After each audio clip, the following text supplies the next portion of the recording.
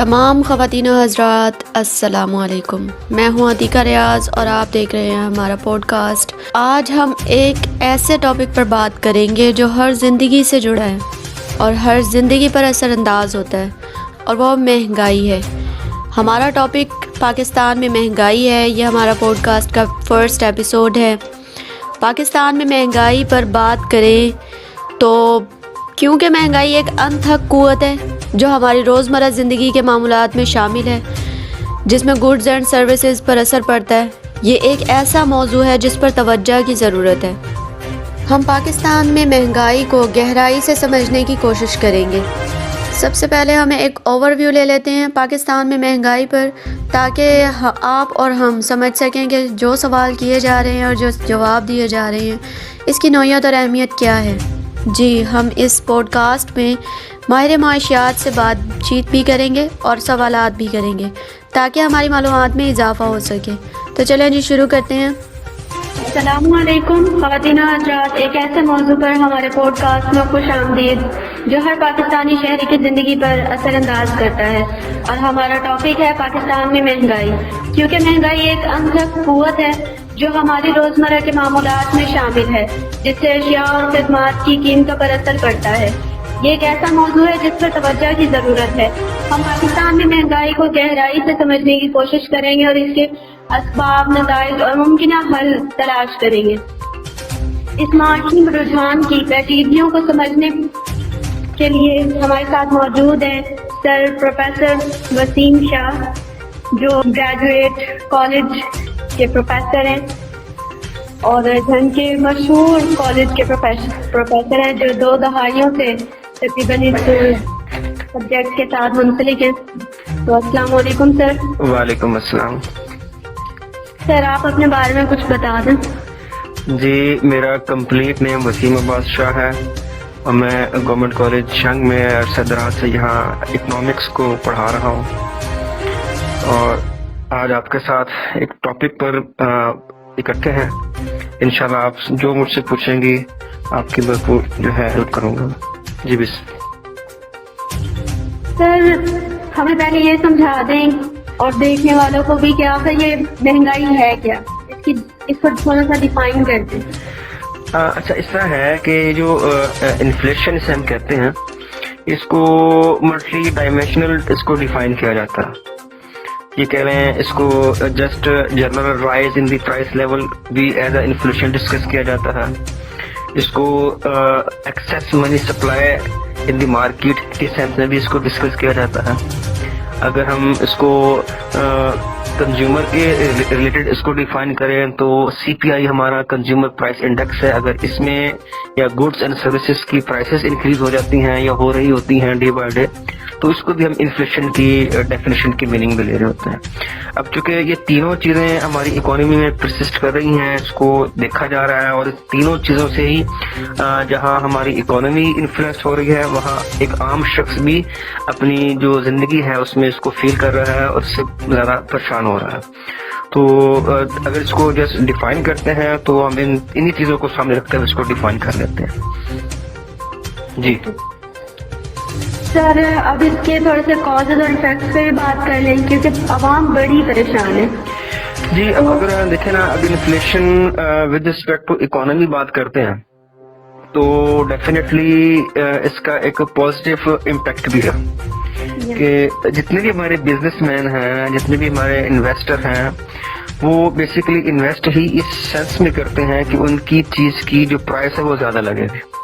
लिहाजा ये चीज तो उनको सूट करती है कि अगर प्राइसेस बढ़ रही हैं तो इसका मतलब ये है कि उनकी जो इनकम है वो बढ़ रही होती है, और अगर ये प्राइसेस बढ़ रही होती हैं तो डेफिनेटली इससे हमारा बिजनेस वॉल्यूम भी क्या बढ़ जाता होता है। लेकिन ऑन दी अदर हैंड अगर हम कस्टमर या कंज्यूमर को डिस्कस करते हैं तो वो इससे इफेक्ट कर जाते हैं।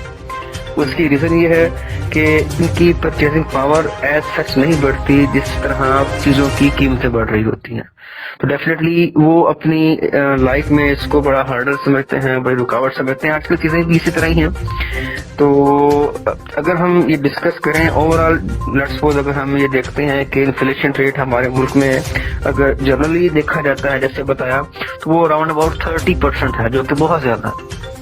اگر اسی چیز کو ہم کسٹمر یا کنزیومر کے سینس میں دیکھیں، جس کو ہم CPI کہتے ہیں یا کنزیومر جو ہے انفلیشن کہتے ہیں، تو وہ اراؤنڈ اباؤٹ 50% ہے. تو ایک ایکچوئل اکانومی ڈیولپمنٹ کرنے کے لیے یا ایک اکانومی کو چلانے کے لیے جو جنرل جو ہے فیوریبل جسے ہم کہتے ہیں انفلیشن چاہیے، وہ 2% ہوتا ہے. اب اگر ان سے 2% یا اراؤنڈ اباؤٹ 5% کی فگر کو ان دو چیزوں سے ہم کمپیئر کرتے ہیں تو نظر آ رہا ہے کہ جنرل انفلیشن رائز وہ 30%.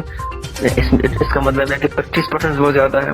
اگر ہم فوڈ انفلیشن کی بات کرتے ہیں تو 50%، اس کا مطلب وہ 45% زیادہ ہے. تو اس لحاظ سے چیزیں جو ہمارے جو کنٹرول ہے اس سے نکلتے چلے جا رہے ہیں. سر اگر فزیکل پالیسیز اور گورنمنٹ پالیسیز دیکھی جائیں تو آپ کا کیا خیال ہے کہ یہ کس طرح کی پالیسیز بنائی جاتی ہیں؟ ہر گورنمنٹ آ کر ڈفرینٹ پالیسیز بنا دیتی ہے. اور اچھا نا، یہ انفلیشن کنٹرول کرنا اسٹیٹ بینک آف پاکستان کا کام ہوتا ہے، کیونکہ اکانومی سے ریلیٹڈ جتنے بھی انڈیکیٹرز ہیں، جیسے ہم کہتے ہیں انفلیشن ہے، ڈیفلیشن ہے، اکنامک ڈیولپمنٹ ہے، پروگرس ہے، ڈیویلیویشن ہے، اپریسیشن ڈپریسیشن، ان سب چیزوں کا تعلق منی سپلائی، ان سب چیزوں کو جو کنٹرول کرتا ہے وہ اسٹیٹ بینک آف پاکستان ہی کرتا ہے. اسٹیٹ بینک آف پاکستان ہر 3 ماہ بعد یہ کہہ لیں کہ وہ اپنی پالیسی ریٹ دیتا ہے اکانومی کی سچویشن کو سامنے رکھتے ہوئے. لیٹس سپوز آئی تھنک میرے خیال میں 20% پالیسی ریٹ اس وقت جو ہے government state bank of Pakistan کا چل رہا ہے، جس میں انہوں نے سپلائی آف منی کو یا سپلائی آف کرنسی کو کنٹرول کرنا ہوتا ہے. اب جیسے آپ کو بتایا کہ 2 یہاں فیکٹرز ہیں یا 2 ہمارے کہہ لیں انڈیکیٹرز ہیں جو اس سے ڈائریکٹلی انفلوئنس ہوتے ہیں. ایک ہمارا کسٹمر یا کنزیومر، ایک ہمارا بزنس مین.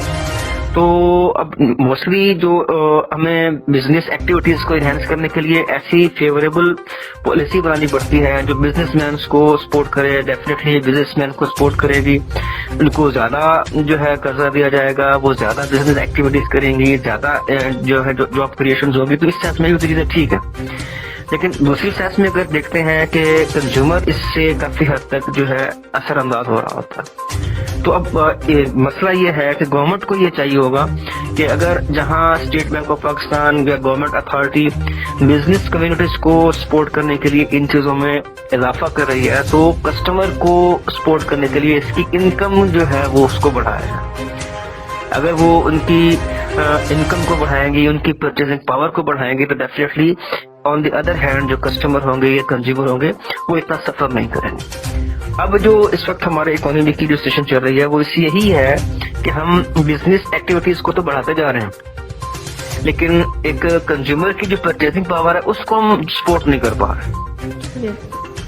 ٹھیک ہے. اب جس کی وجہ سے یہ ایک جو ہے پریشانی آ رہی ہے. ہم دیکھتے ہیں، آپ نے بھی فیل کیا ہوگا کہ ہماری stock exchange around about 50,000 points کو بھی کراس کر گئی ہے. اس کا مطلب یہ ہے کہ بزنس ایکٹیویٹی ہماری اچھی ہو رہی ہے، اور وہ جو پالیسی ریٹ ہے یا جو منی سپلائی کی سرکولیشن ہے یا جو پالیسی بزنس ایکٹیویٹیز کو انہینس کرنے کے لیے کی جا رہی ہے وہ ساری کی ساری فیوریبل. ٹھیک، اس لحاظ سے وہ انڈیکیٹر ہمارے پازیٹیو سینس میں جا رہے ہیں. آن دی ادر ہینڈ اگر ہم کنزیومر آئٹمس کی بات کرتے ہیں تو اس کو کنٹرول ابھی تک نہیں کیا جاتا.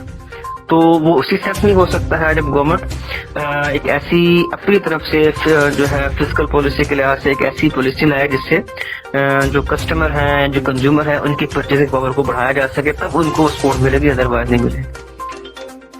تو سر اگر یہاں پہ ہم پاکستان کی معیشت کی بات کر ہی رہے ہیں تو سب سے بڑا مسئلہ آج کل IMF کا بنا ہوا ہے کہ IMF ایک قسط دے دے گا اور قرضوں کا بوجھ ہلکا ہو جائے گا. اگر یعنی کہ IMF قرض دے بھی دیتا ہے اور یعنی کہ فوری طور پر مسئلہ حل ہو جاتا ہے، تو اس کا مکمل طور پہ سدباب نہیں ہو سکتا کوئی؟ اچھا، اس طرح ہے، IMF جو ہمارے ڈیولپنگ کنٹریز ہیں یہ سمجھیں کہ ان کے لیے ایک زہر ہے. وہ اس لحاظ سے پوائزن ہے کہ ہماری اکانومی چونکہ ڈیولپ نہیں ہے، ڈیولپنگ ہے، ہمیں ہر چیز ہر وقت جو ہے کرنسی چاہیے، فارن کرنسی چاہیے، چونکہ ساری IMF جتنی بھی دیتا ہے وہ ڈالرز کے حساب میں ملتی ہے ہمیں، اور ان ڈالرز کو ہم آگے امپورٹس کے لیے یوٹیلائز کرتے ہیں یا بیلنس آف پیمنٹ کو کریکٹ کرنے کے لیے استعمال کرتے ہیں. ایکچولی IMF ہمیں جو بھی قرض دیتا ہے وہ ہمارا بیلنس آف پیمنٹ کو کریکٹ کرنے کے لیے ہوتا ہے. मीन्स हमने इंपोर्ट करनी है, हमने एक्सपोर्ट करनी है, हमारी एक्सपोर्ट्स इतनी ज़्यादा नहीं होती कि हमें वहाँ से रेवेन्यू मिल सके in terms of foreign currency. तो हमारी इंपोर्ट ज़्यादा होने की वजह से हमें फिर जो पेमेंट करनी पड़ती है डेफिनेटली डॉलर में करनी पड़ती है, वो हमारे पास मौजूद नहीं होती। With in currency, with in country अगर हमें कहते हैं तो ये हमें इसकी जरूरत नहीं है, लेकिन हमें अपने बैलेंस ऑफ पेमेंट को करेक्ट करने के लिए हमें उनका सहारा लेना पड़ता है। अब जाहिर बात है जिन लोगों से हम डेट ले रहे हैं, कर्जा ले रहे हैं, तो उन्हीं की फिर जो कंडीशन है वो हमें पूरी करनी पड़ती है। अब वो डेफिनेटली अगर किसी इंस्टीट्यूशन ने हमें कर्ज दिया है तो वो अपनी ही पॉलिसीज पर, अपनी ही शराइत पर हमें वो देंगे। वो कहेंगे टैक्सें बढ़ाएं, तब देंगे तो हमें टैक्स बढ़ाना पड़ेगा। वो कहते हैं सब्सिडी कम करें, हमें सब्सिडी कम करनी पड़ेगी, तब हमें पैसे मिलेंगे। तो ये शराइत है, जिस शराइत की वजह से हमें मजबूरन ये काम करना पड़ता है, और हम दिन ब दिन इस जो है सर्कल में फंसते चले जा रहे हैं।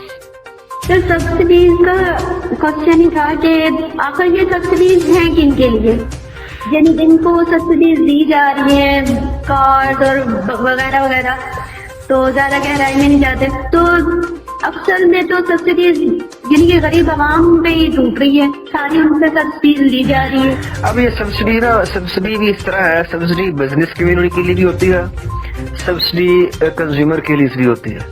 लेकिन जैसे आपको बताया कि जो बिजनेस कम्युनिटी है वो खुद को अपने लिए एक फेवरेबल एनवायरनमेंट चाहती है कि अभी गवर्नमेंट फेवरेबल एनवायरनमेंट दे, हमें जो टैक्स है उससे थोड़ा छूट मिले, हमें बिजनेस को एनहांस करने के हवाले से सपोर्ट मिले, ठीक है, हमें जो लेट्स सपोज इलेक्ट्रिसिटी है वो थोड़े से कम चार्जेस पे मिले, या अगर वो कम नहीं तो हमें कॉर्डिनेस मिले, लोड शेडिंग वाले इशू ना हो या गैस के इश्यूज ना हो। तो वो अपनी अपनी जो एक्टिविटीज है उसको परफॉर्म करने के लिए चीज डिमांड करती है। फिर जब जारी बात है गवर्नमेंट ने भी क्योंकि बिजनेस को एनहांस करना होता है, इकोनॉमी को एक्सपेंड करना होता है, तो फिर उनकी बातों में उनको वो माननी पड़ती है। अब उसका इम्पैक्ट नेगेटिव जो है वो कंज्यूमर पे आ जाता है कि वो सारा का सारा बर्डन इधर शिफ्ट हो जाता है। अगर इस साइड पर देखते हैं हमें नजर आ रहा है हमें गैस का इशू है, लोड शेडिंग में हमें गैस नहीं मिलता, हमें सारा का सारा गैस कहाँ जाता है, बिजनेस कम्युनिटी की तरफ चला जाता है। तो सब्सिडी फिर इस तरह सब्सिडी को और डिफाइन कर लेते हैं कि अगर वीट के प्राइसेस अगर हमारे लिए अफोर्डेबल नहीं है तो गवर्नमेंट उसको सपोर्ट कर देती है, अदवायात हमारे पास उस कीमत पर नहीं है तो वो गवर्नमेंट उसको सपोर्ट कर देती है। तो जो पब्लिक रिलेटेड आइटम्स होती हैं वहाँ पर गवर्नमेंट सब्सिडी दे रही होती है। इस लिहाज से ये दोनों कैटेगरीज के लिए सब्सिडी डिफरेंट हो जाती है।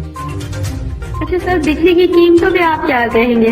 आजकल हर बंदा परेशान है और ज्यादातर कराची में बैठे हुए लोग कहते हैं कि हम पूरे मुल्क को चला रहे हैं, हम ज्यादा टैक्स भरते हैं। तो मैंने एक पॉडकास्ट में सुना था, मुझे कोई उनका नाम याद नहीं आ रहा, तो उनका नेट पे अवेलेबल है पूरा इंटरव्यू पॉडकास्ट में।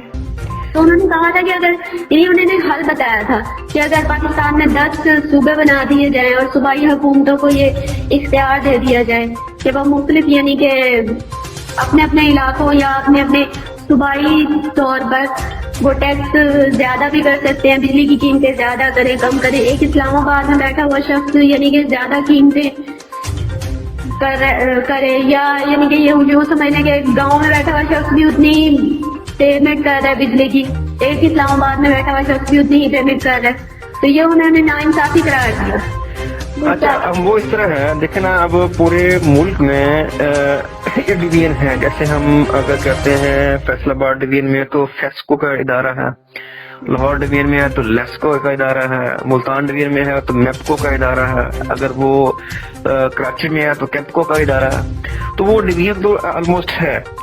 इशू ये होता है कि अब ये जो इलेक्ट्रिसिटी है ये समझे कि प्राइवेट सेक्टर के हाथ में ज्यादा है, ठीक है। जैसे IPPs का नाम देते हैं, इंडिपेंडेंट पावर प्रोड्यूसर्स। अभी गवर्नमेंट ने ही उसके साथ कोई एग्रीमेंट किया था, उस एग्रीमेंट के तहत वो इस चीज पर फ्लेक्सिबल थे कि हम एग्रीमेंट तो उस डेट से करेंगे, लेकिन फर्दर और जैसे जैसे जाएंगे तो हम इसको फ्लेक्सिबल जो है प्रोसेस के साथ एडजस्ट करते जाएंगे और उसका जो बर्डन है वो लोगों की तरफ बढ़ता चला जाएगा। अब ये रीजन है जिसकी वजह से वो लिंक हो जाते हैं डॉलर के साथ। अब जैसे डॉलर रेट बढ़ेगा इन्होंने उसी के अकॉर्डिंगली प्राइस को बढ़ा देना होता है। एग्रीमेंट इनके प्रीवियस प्राइस पे हो रहे होते हैं, लेकिन वो कलेक्शन जो कर रहे होते हैं वो करंट प्राइस पे कर रहे होते हैं। इस लिहाज से ये चीज जो इलेक्ट्रिसिटी की प्राइसेस का प्रॉब्लम है वो क्रिएट होता जा रहा है। हम देखते हैं, हमें सुनते हैं कि फ्यूल एडजस्टमेंट की मद में जो है वो इतनी कीमत बढ़ा दी गई। तो फ्यूल एडजस्टमेंट का मतलब यही होता है कि जो हमने एग्रीमेंट लेट्स सपोज 1995 में फ्यूल एडजस्टमेंट पर किए थे वो लेट्स सपोज कहते हैं 15 रुपया था, लेकिन अब वो चूंकि प्राइसेस जो है इंक्रीज होते होते वो बहुत ज्यादा चली गई हैं, तो वो पे तो गवर्नमेंट को 15 के हिसाब से करेंगे, लेकिन करंट प्राइसेस के हवाले से चूंकि वो प्राइसेस लेट्स सपोज 50 हो गई है तो हमसे 50 ले रहे होंगे। इस लिहाज से फिर जो आवाम है वो इसका बर्डन ज्यादा फील कर रही होती है। फिर दूसरी बात यह है कि बिजली की जो आउटपुट है या प्रोडक्शन है वो हमारी एज फार नहीं है। ठीक, अब डिमांड कह लें, डिमांड ज्यादा होती है, सप्लाई कम होती है, लाइन लॉसेस होते हैं। फिर दूसरी बात यहाँ बिजली चोरी बहुत होती है। तो बहुत सी काजेज हैं, बहुत सी रीजन हैं जिसकी वजह से ये जो प्राइसेस हैं ये डे बढ़ रही हैं और इससे जो आम लोग हैं ज्यादा इफेक्ट हो रहे हैं। सर यानी कि रूल्स, फिजिकल पॉलिसीज बना दी जाती हैं, हर तरह के यानी कि कानून बना दिए जाते हैं। असल में चीजें यही हैं, बातें यही हैं कि जब पॉलिसी मेकर है उसने फ्यूचर कॉस्ट को, फ्यूचर जो है प्रोटेक्शन को सामने नहीं रखा होता, वो करेक्टली जो स्टेशन है ये कह लें पॉलिटिकल सेंटेंस को जो है गेन करने के लिए वो उस वक्त इम्प्लीमेंटेशन करवा लेते हैं, जिसका बाद में लोगों को नुकसान हो रहा होता है। सर पेट्रोल डीजल के बारे में क्या कहेंगे आप?